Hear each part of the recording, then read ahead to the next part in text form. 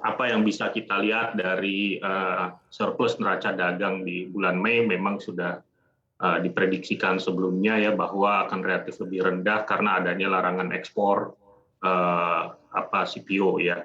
Jadi kalau kita lihat di sini yang turun paling besar itu memang minus 2,2 billion itu adalah di lemak dan minyak hewani atau nabati ya, yaitu ada turunan dari CPO.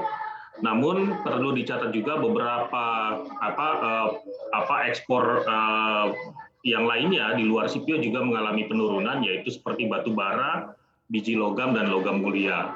Jadi message dari figur dari neraca perdagangan di bulan Mei ini memang karena dampak dari kebijakan pemerintah yang melarang ekspor CPO lebih besar. Nah, mungkin nanti kita akan baca lagi, lebih menarik lagi di bulan Juni nih. Mungkin akan relatif lebih baik harusnya neraca dagang kita. Demikian, Mas Indro. Tapi dengan pencapaian surplus 2,9 miliar dolar Amerika Serikat ini sudah sesuai dengan ekspektasi Bank Mandiri? Ya, memang ini jauh di bawah ekspektasi kita, surplus neraca dagang kita di dalam ekspektasi kita surplusnya akan berada di kisaran 5 billion di atas konsensus yang sebesar 3,5 billion US dollars.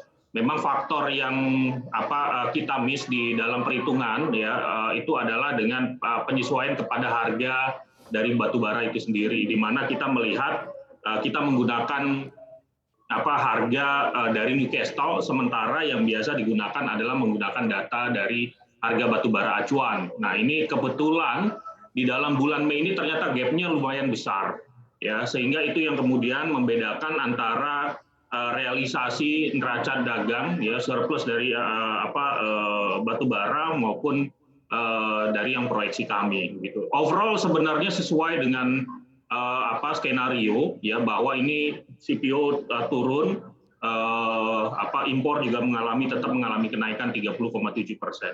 Demikian, Mas Gibran. Nah, kalau kita lihat kan sebenarnya secara lebih rinci nih kinerja ekspor di bulan Mei ini turun ya 21,29% secara bulanan. Nah, kalau kita lihat juga kinerja ekspor itu masih dikontribusikan dari minyak dan juga gas.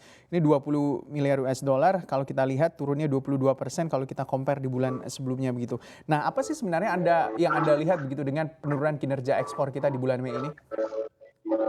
Ya itu tadi. Jadi memang penurunan ekspor di bulan Mei itu memang lebih banyak disebabkan karena faktor dari CPO. Jadi kita lihat di sini terjadi penurunan sekitar 71,8% ya month on month atau sebesar 2,15 billion.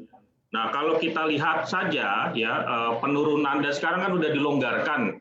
Nanti mungkin pertanyaannya adalah apakah dicabutnya larangan ekspor ini kemudian akan memberikan surplus yang lebih besar lagi ke depan. Kalau menurut kami memang ini hanya neraca di bulan Mei ini hanya volatility dari sisi CPO-nya sementara. Jadi ketika sudah dilonggarkan, ini akan bisa membawa kenaikan ya ekspor dari sisi CPO sebesar 1 juta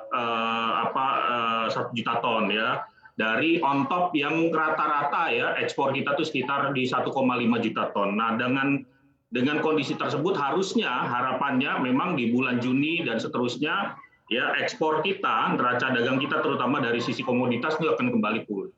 Demikian, Mas. Okay. Ya, kalau kita lihat tentunya dengan dibukanya kembali keran ekspor CPO tentunya ini akan berdampak juga terhadap neraca perdagangan kita.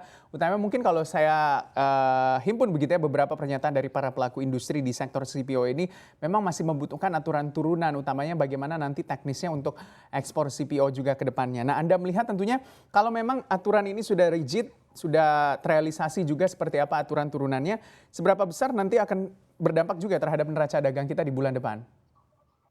Ya, kalau saya melihat tadi kalau dengan dilonggarkannya kembali ya aturan untuk kembali ekspor CPO memang akan menambah total ekspor kita ya dari yang sebelumnya 1,5 juta itu ada tambahan sekitar 1 juta ya 1 sampai dengan 1,5 juta lagi additional. Jadi kita bisa bergerak di antara 2 sampai 2,5 juta harusnya ya dengan percepatan ekspor di bulan Juni dan bulan-bulan seterusnya. Nah, dengan kondisi tersebut ya, kalau misalnya memang China juga meningkatkan impor, kalau sekarang juga memang karena dampak ada ekspor impor yang turun juga dari China ya, karena memang China mengalami peningkatan kembali kasus COVID dan kemudian membatasi transaksi atau membatasi aktivitas ekonomi di negaranya. Kalau itu sudah kembali pulih, bayangan saya ya di semester kedua neraca perdagangannya bisa kembali normal kembali ya, bukan seperti yang kita lihat di bulan Mei ini.